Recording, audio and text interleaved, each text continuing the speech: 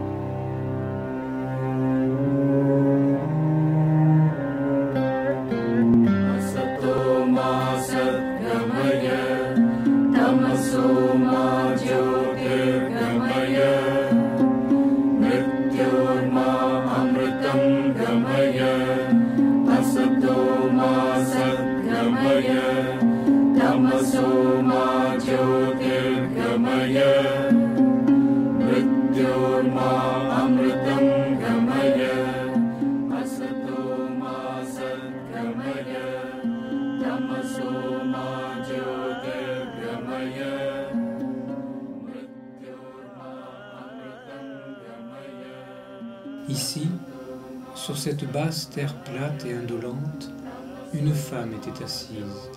Un sol dur et rocailleux faisait son siège nu. Sous ses pieds, une pierre aiguë et blessante. La beauté de la tristesse tirait encore la face de la mère des 7 douleurs. Ses yeux restaient assombris par l'ancien pli des larmes. Absorbé dans l'extase d'une compassion profonde, levant le doux rayon de son regard patient, lentement, elle a laissé couler une suite de tendres paroles. Ô Savitri, je suis ton âme secrète, venue partager la souffrance du monde. Je suis dans tout ce qui souffre et dans tout ce qui pleure. Tous les cris de terreur de la chair torturée et des corps torturés, inentendus des cieux, sont retombés sur mon cœur et ma chair, et ont déchiré mon âme d'un chagrin impuissant et de colère aussi. J'ai vu le paysan qui brûle dans sa hutte. J'ai vu le corps lacéré d'un enfant massacré. J'ai entendu le cri de la femme violée, dénudée, traînée dans la boue par la meute infernale d'une foule hurlante. Tout cela, je l'ai vu, et je n'ai pas le pouvoir de sauver. Dieu m'a donné l'amour, il ne m'a pas donné la force. J'ai tout supporté, et ce n'est pas fini. J'ai supporté la calme indifférence des cieux. J'ai vu la cruauté de la nature, tandis que Dieu passait par là silencieusement, sans apporter son aide aux créatures souffrantes. Pourtant, je ne me suis pas récriée contre sa volonté. Je n'ai pas accusé sa loi cosmique. Seule, une patiente prière s'est élevée de mon cœur, implorant un changement dans ce monde de dures douleurs. Une pâle résignation éclaire mon front, mais je porte en moi le feu que rien ne peut éteindre jamais.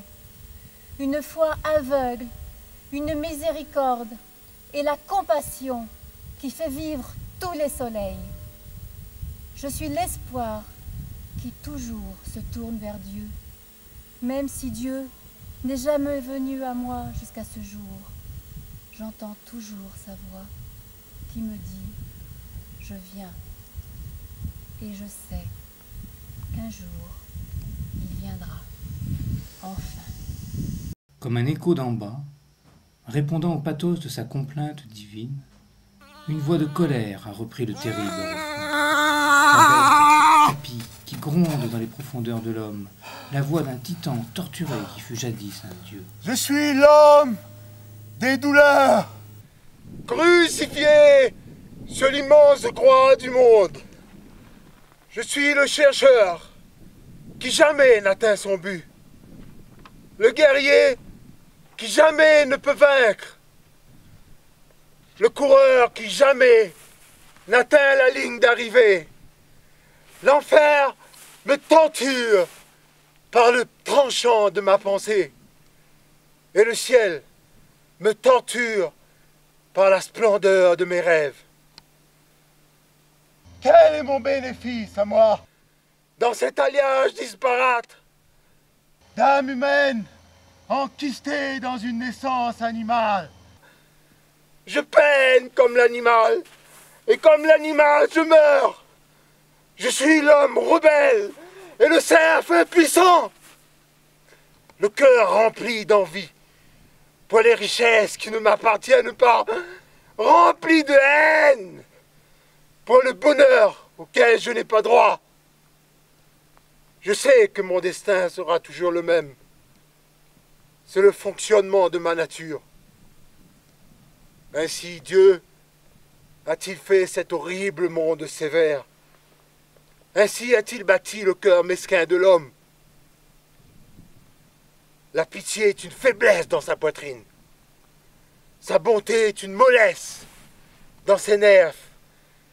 Sa gentillesse n'est qu'un placement avec intérêt, et son altruisme, l'autre face de son ego.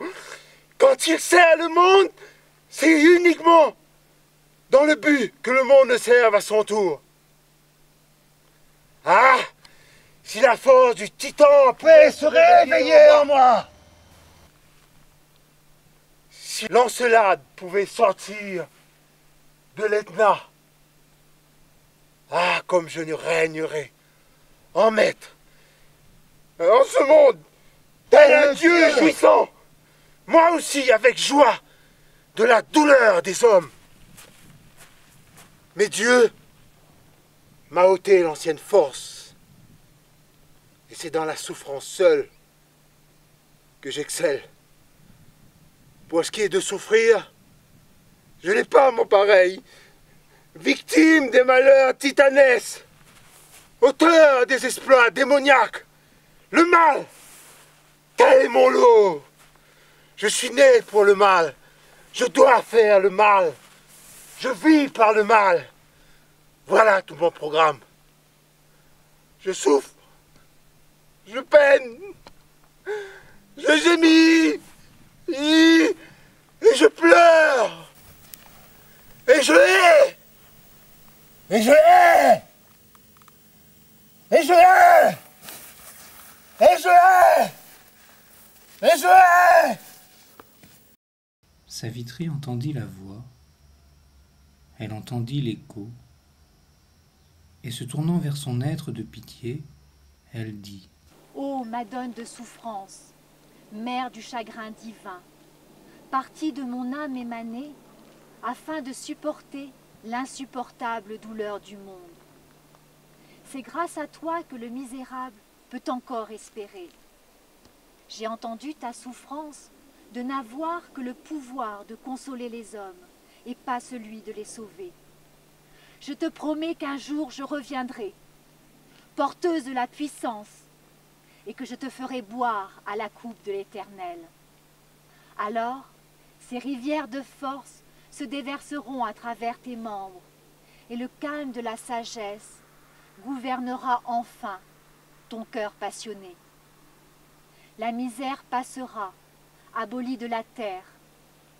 Le monde sera délivré de la colère de la bête, de la cruauté du titan et de sa douleur. La paix et la joie seront à jamais.